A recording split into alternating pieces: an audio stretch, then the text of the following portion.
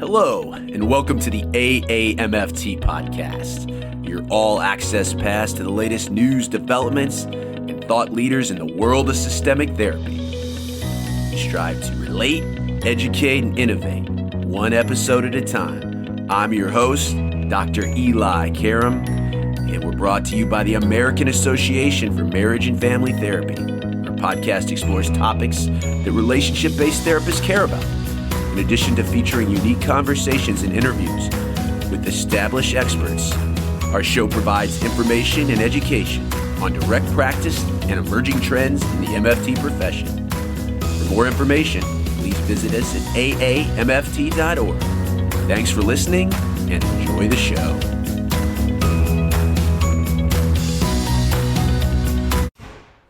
Eli, back with you on the AAMFT podcast. Happy New Year. Welcome to season number 4, where we strive to relate, educate, and innovate one episode at a time. Maybe you've listened from the start, or maybe you're new to the podcast, and we try to give you the latest and greatest in systemic therapy. One of our biggest listener bases are those clinicians, whether they be LMFTs, students in an MFT training program, or just mental health professionals in general, are those wanting to learn more about working with couples. And we've done a lot of great shows with pioneers in couples therapy and issues influencing working with couples and cutting edge techniques. Today we're going to talk to Dr. Ellen Wachtel, who's the author of several highly influential books for professional therapists and is known to many MFTs. She wrote a book that came out in 2019 called The Heart of Couple Therapy, which is a really good overview to the nuts and bolts of doing couples therapy, and written in a very practical and accessible way. So whether you're an experienced couple therapist or you just are getting your feet wet working with couples, she has a lot of practical advice and tips, which we'll preview today in our talk. Ellen has a PhD in psychology, but she also, before she went into the field, she got a law degree from Harvard Law School. She's taught at the famous Ackerman Institute for Family Therapy in New York, the City University of New York, and New York City's St. Luke's Roosevelt Hospital. She's also married to a prominent psychologist, Paul Wachtel, and the mother of 2 grown children that she's very proud of. We'll have a conversation with Ellen. We'll come back and we'll talk to you about other AMFT resources if you are interested in working with couples. Eli, back with you on the AAMFT podcast, and we are really talking about the heart of couples therapy today. Many of our listeners are practitioners and just want to know more about the core ingredients that make effective couples therapy, and no better person to do that with than Ellen Wachtel. The first question always, Ellen, if you've listened to the show, we like to know a little bit about our expert. You have a unique career path with both a JD and a PhD. So I'm curious how you decided to become a therapist and interested in working with couples specifically. I went to law school. I was pretty young, and I only practiced law for 2 years, but it was in family court, legal aid family court. And I really was doing a lot of impromptu family therapy in the hallway. There were kids who were being charged with delinquency, but there were also lots of kids who were persons in need of supervision cases where the kid was out of control. So, of course, it wasn't very effective 5-minute family interventions, but it's natural to switch to psychology. And I was also, by that time, already married to my husband. I was married when I was in law school, and he was a psychologist, so I knew a lot about the field. What gave you an interest in working with couples? I did postdoctoral training at the Ackerman Family Institute. So for many years, I did work with families and young children. In fact, I wrote a book about working with families and young children. Couples work, well, both couples and families and young children. I love that you really can see results.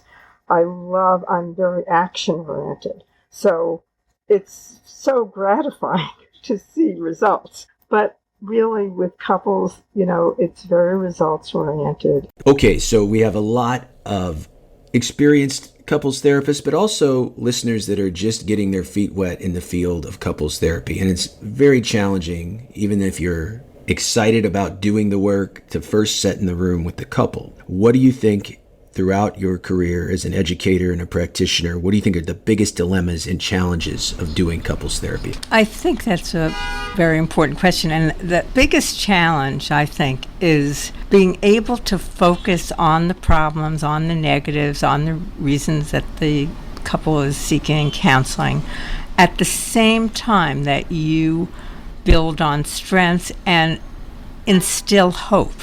Hope is essential, and research has shown this for both couples therapy and individual therapy, that it's associated with positive outcomes. So that is the challenge. I mean, there are definitely ways to do it, and I hope we'll get to talk about some of them, but that is the biggest challenge, that people need to leave the session, every session if possible, though it's not so easy sometimes. Every session, they need to leave feeling a little more hopeful, a little better, that they're not just uncovering problems. So I would say that's the biggest dilemma. Yes. How do we not minimize what brought them there, but also find a way and create a pathway that is credible for both partners, that things can get better?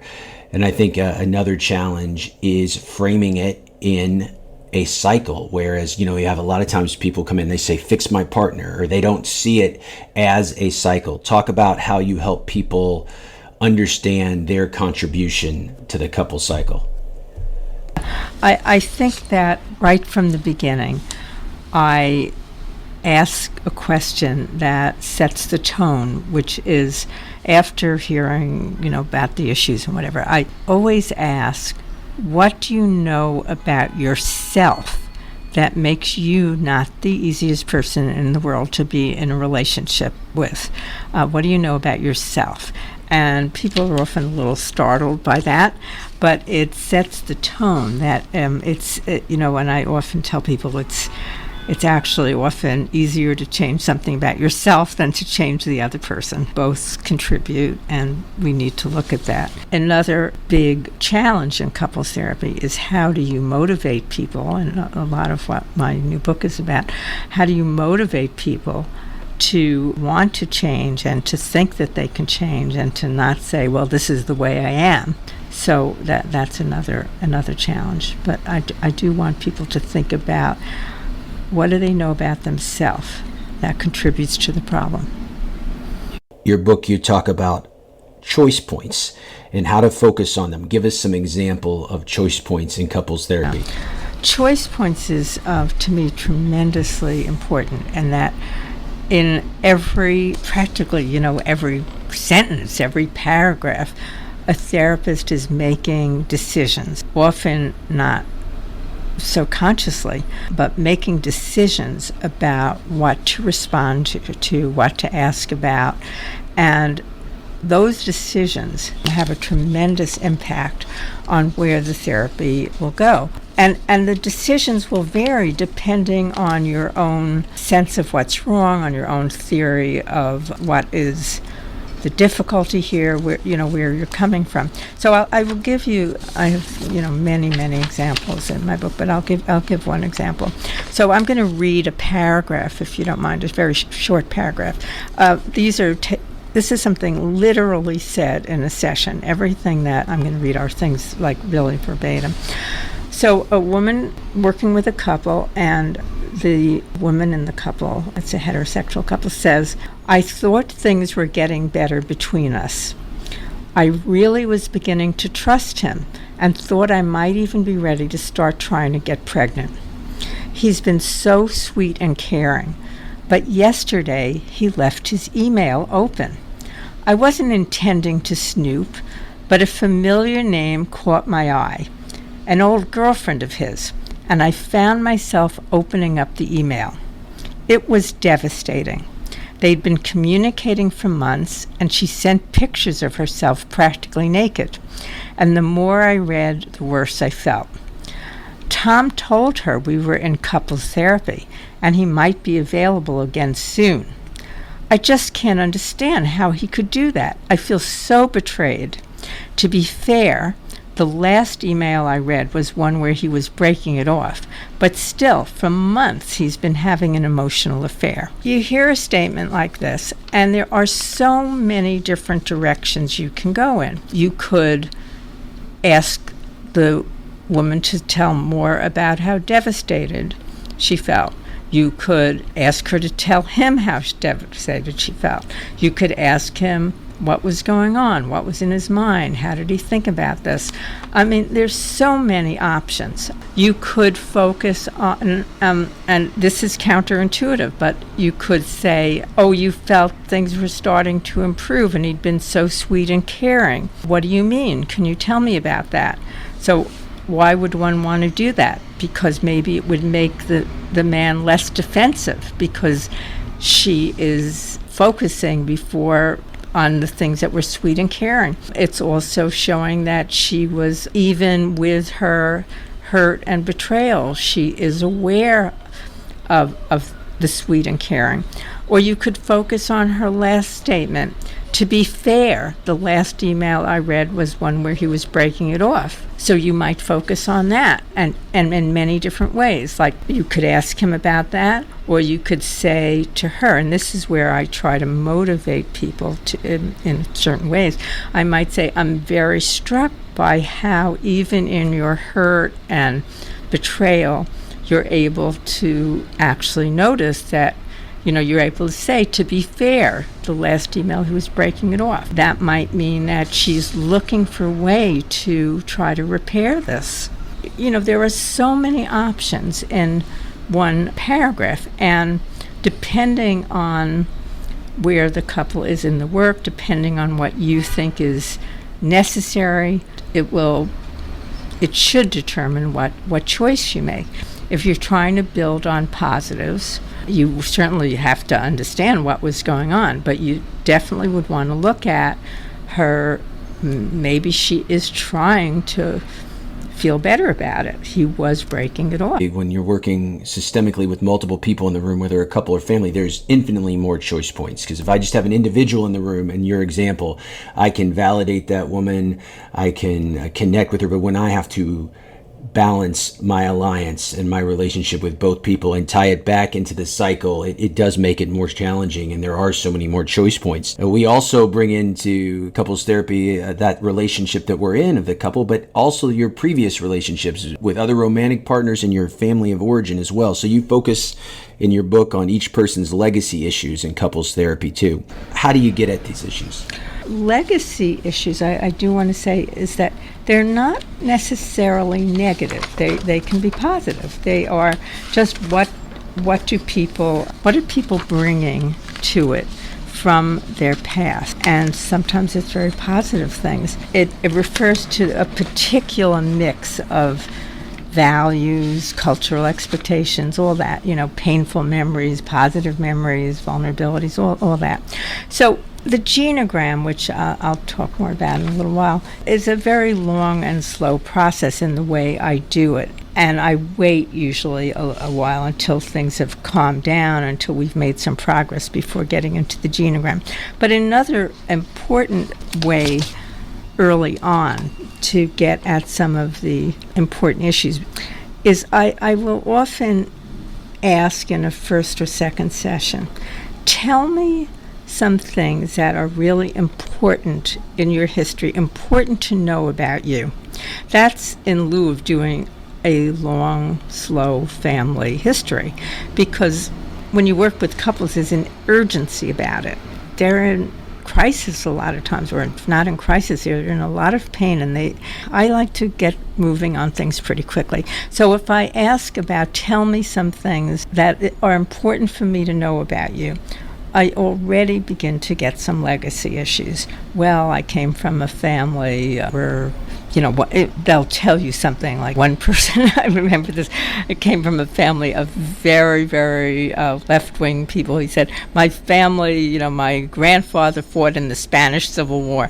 And that was like, really? I mean, that was a funny thing to say. But it really is an indication of things that the person feels shaped him or important to him. I'll always say, tell me about anything. Were you in an accident? Were you a victim of a crime? Anybody you were close to? Anything that's important for me to know about you that you think has influenced you in some way. So that's the quick and easy initial trying to get some legacy issues.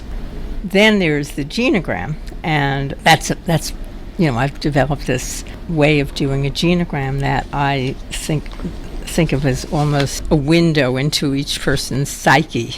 Also talk about how you'd set that up. Obviously, classic family therapists are familiar with the genogram and more family of origin type of treatments. Certainly Murray Bowen, Monica McGoldrick's work. Talk about how you use it in couples therapy and how you set it up for them. So what I do is wait a while. It needs to be at a time when there's not an urgency to talk about something else.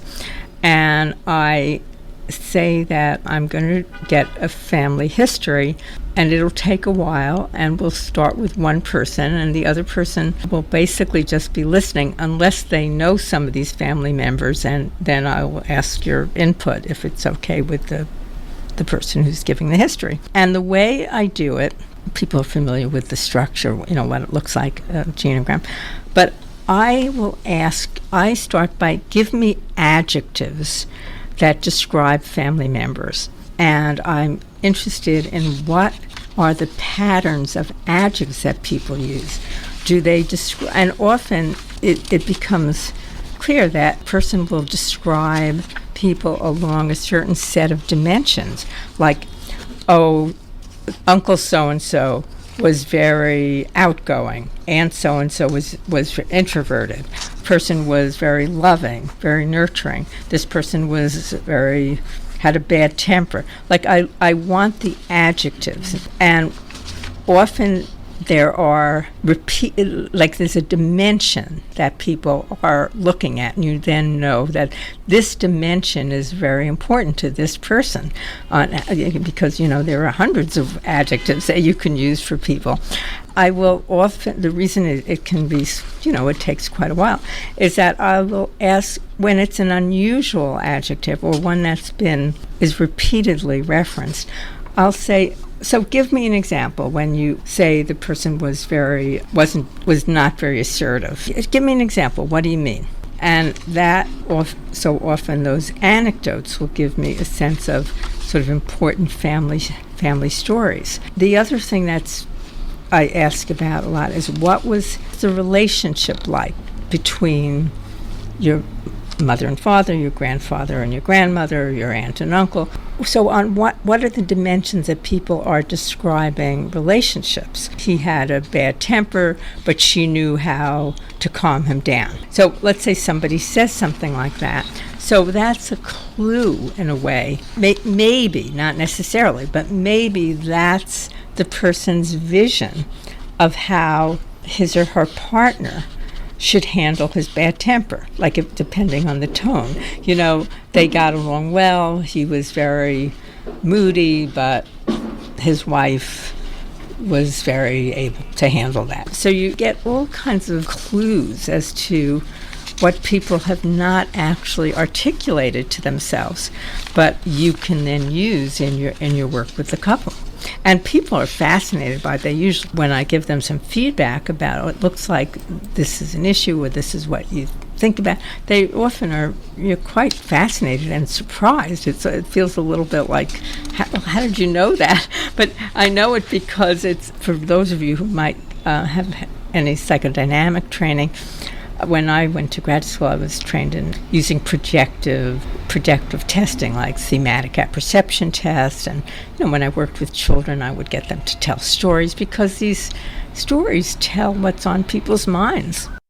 Well, certainly a genogram, when used the right way, is a powerful tool of connection that the therapist helps, in many cases, an individual connect the dots and see themes across generations where they may not know. Now, the power of doing it with partner present, I imagine, is that you're also learning about yourself, but if done the right way, your partner is learning about you. And if you can see how those themes impact the current relationship. So how do you use that genogram to help the couple and what brought them in? Because I think it's an interesting experience to do a genogram, but couples come in, hey, we're having problems. How is this going historical going to help us with the here and now? So how do you tie it into the here and now?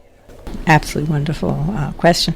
So there's a couple of ways. One is that it can help deepen the understanding of patterns that the couple gets stuck in, and which is very helpful. So a sensitive, let's say the person has, you really see from the genogram and from other things that this is a person who has very negative feelings about people in the family who are too dependent, right? So they may have a sensitivity to dependency, and when their partner acts in a way that's dependent, they have an intense reaction. So you can look at how that influences the pattern, but very crucial to the way I work is that I really don't think, whether it's couples therapy or individual therapy, I don't think that insight is enough. I think action is very important. So for instance, if you saw that pattern, you might have the couple come up with some kind of intervention that when one person is triggering that dislike of dependency, that will help not trigger that, which might be that together they decide that if she were going to ask for some help, that they would actually acknowledge it. Listen, I know you hate if I get too dependent, and I'm really not. I'm going to try to really learn this. I'm going to take notes on it. I'm not going to ask you a million times because I know you really don't like that. So you would actually acknowledge that, like the person would has certain sensitivities. We all have our sensitivities, and people have to learn to work around them. The other thing that I think is very helpful is that I don't feel that people have to solve their own problems. So you're part of a couple. So let's say, let's say that a person begins to understand that they're very sensitive to being controlled, or very sensitive to criticism. So it's not enough to say, okay, I have to learn not to be more sensitive to criticism. Your partner can help you with that. Your partner, I once had a couple, I always find this, I always laugh when I think about it.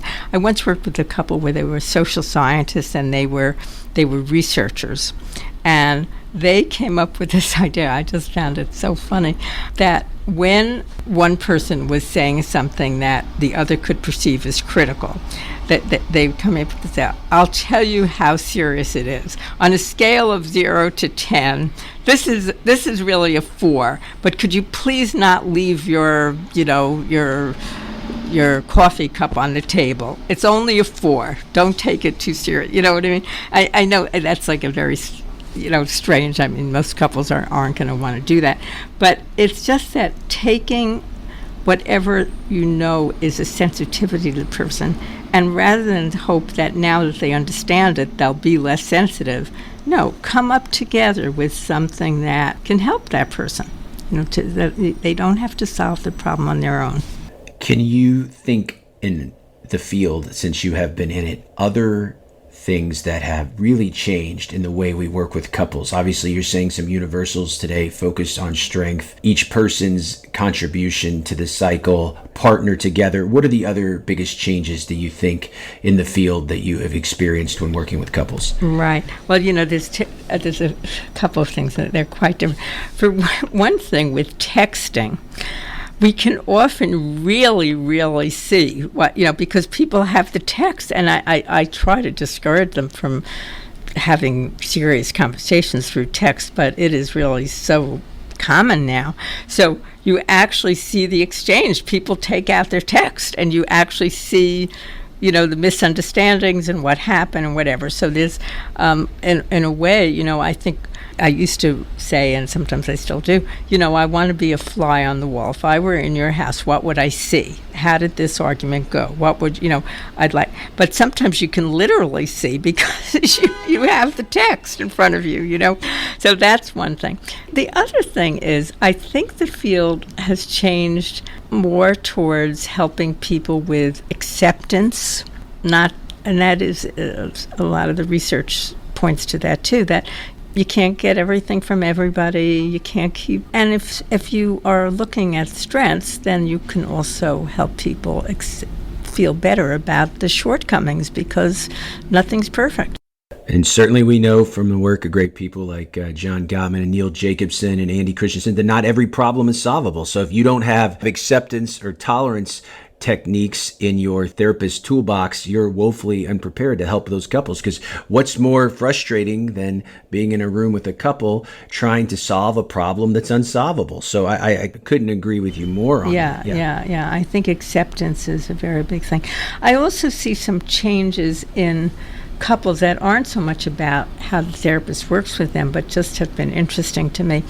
I think over the years, I don't know that this is so good, but I think as there's more acceptance in couples of people needing to work long hours and be available to customers, clients, whatever. Used to be years ago, people would complain about their partner more for coming home late, for working too hard. Now I see less complaints about that. I think the whole culture has changed, and there's a sense that texting and your people have a lot of trouble setting any boundaries with work, but it's not their individual problem. It's a cultural problem.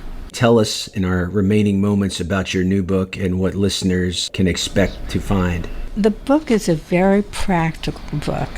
The aim was really to be something that would be useful, really regardless of what theoretical orientation you were coming from, whether you were an emotion-focused couples therapist or a cognitive-oriented couples therapist. The feedback I get is that is how people experience it, because a lot of the new book is about how to motivate people, how to get them to buy in to changing. And I do a lot of, and I would say almost, maybe a third of the book is literally what I would say. Like I always, when I learn something myself, I will go through books and really look and highlight what is the therapist actually saying, what are the actual words. So I would say almost a third of the book are my actual words that I say to people, because so much is in the delicacy of the wording. But I use a lot of positive reinforcement, positive underlining, not just about the positives in the relationship, but in a way I teach people how to get the most out of couples therapy. So for instance, if somebody, just says, we had a terrible fight, really got out of hand, I was very, I came home very stressed and whatever, I might interrupt as almost an aside and say, I'm very struck by how you're acknowledging you came home stressed. Now let's get on with the rest. But, that's great. You really are looking at yourself, and you came home stressed, and that was part of it, So I look for those nuggets in which people have some self-awareness or a nugget where they are being less defensive. I might say, I'm just so struck by how you're taking in what I've said. It's not so easy to hear what I'm saying, and I really see that you're listening. That's great. So I'm doing a lot of positive underlining around the process of the couples therapy, and then of course within the couple relationship itself. So the book is a very practical book. In some ways, I think of it almost, I wrote a self-help book for couples some years ago called We Love Each Other But I think of this as like a self-help book for therapists on how to be a couples therapist. It's very practical. very practical. You know, what do you do? Not just what do you do in the first session. What do you do in the first session when it doesn't go the way you would like, or it doesn't, when the person is saying something, and like I look at all the dilemmas that people have as therapists and try to address them. Probably not all. I've probably missed quite a few, but I tried to cover as many as I could think of. And for our listeners, Ellen, what is the name of the book? It's called The Heart of Couples Therapy, Knowing What to Do and How to Do It. It's published by Guilford Press. Great. And for our listeners that who want to drop you a line or maybe continue the conversation on some of the things that they heard you bring up today, how can they get a hold of you? Sure. I'm very happy to have people email me. My email is Wachtel, Ellen, that's one word, WACHTELELLEN @yahoo.com. WachtelEllen@yahoo.com. Eli back with you, bringing to a close another installment of the AAMFT podcast, the first installment of season 4. So as I said in the intro, if you have wandered upon the podcast for the first time, welcome, and we invite you to check us out. We drop 2 Fridays a month, and all the past installments you can catch up with wherever you find your favorite podcast. But if you're interested in couples, AAMFT has you covered. Let me give you a few resources. First off, start out by going to aamft.org. There you will find the topical interest networks. And of those in the AAMFT, one of the most popular is Couple and Intimate Relations. The mission of the Couples and Intimate Relationship Interest Network is to advance both the science and the practice of couples therapy with all romantic, intimate, or sexual relationship. The network focuses on best practices for interventions, public education, and creating a community of clinicians and scholars who work within the scope of couple and intimate relationships. This network brings together the best resources, training, and educational opportunities to foster connection and discussion, to spur advancement and promote the awareness of best practices in working with systemic relationships. So as a member of this interest network, you get resources like quarterly webinars, specialized training, connections with innovators and developers of cutting-edge approaches, and you get a community. I know I have been a member of this group for 3 years, and I really appreciate the dialogue with people from all over, not just the United States, all over the world. Even though it's the AAMFT, our outreach to international members is very important. So you can find out all about membership on AAMFT.org too. We have 2 categories of members: student members and professional members. If you're new to AAMFT, I invite you to check out all of these. And if you're an existing member, remember, you don't have to wait till the end of your membership cycle to join. You can join any interest network, including this Couples Intimate Relationships, also very popular interest networks like Family Therapists in Schools, Family Therapists in Healthcare, Intervention Research and Systemic Family Therapy, Margins to Center, which is all about cultural connections among MFTs. There's MFTs working with trauma. There's the Queer and Trans Advocacy Network, substance abuse, and systemic therapy across the lifespan. Also telehealth, very important in this day and age we're living in. And finally, last but not least, working with military personnel and their families. Many of these interest networks have been focused in past seasons of the podcast. We've talked to their leadership, and you can find all of those in the archives as well. Another thing, if you're in the need for CEUs, I encourage you to go to AAMFT's online learning platform known as Teneo.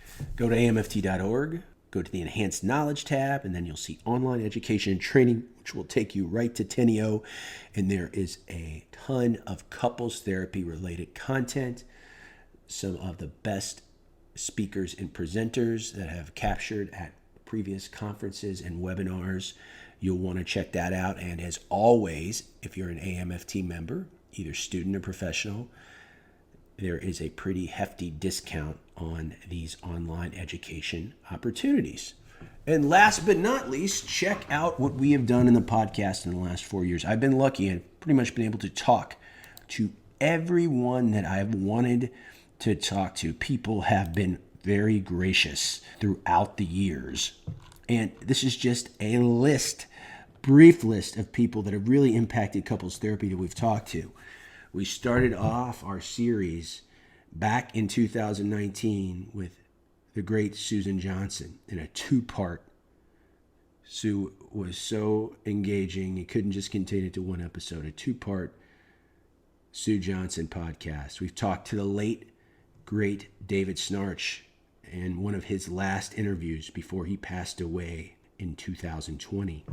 Michelle Weiner Davis, Terry Reel, Dick Schwartz, the Gottmans, John and Julie, Andy Christensen of Integrative Behavioral Couples Therapy, the great professional duo of Scott Stanley and Howard Markman with their PrEP approach. Just some of the many great leaders in couples therapy that have been featured on the podcast. And I look forward to bringing to you another great season where we move between the pioneers in the field of systemic therapy and the topics that affect you as a couple and family therapist. Drop me a line. You can reach me, Eli, at northstarcounselingcenter.com. You can also find me at elikaram.com. That's ELIKARAM.com. The AAMFT is at the AAMFT on Twitter. I'm at Dr. Eli Live. Until next time, my friends, stay safe, stay systemic.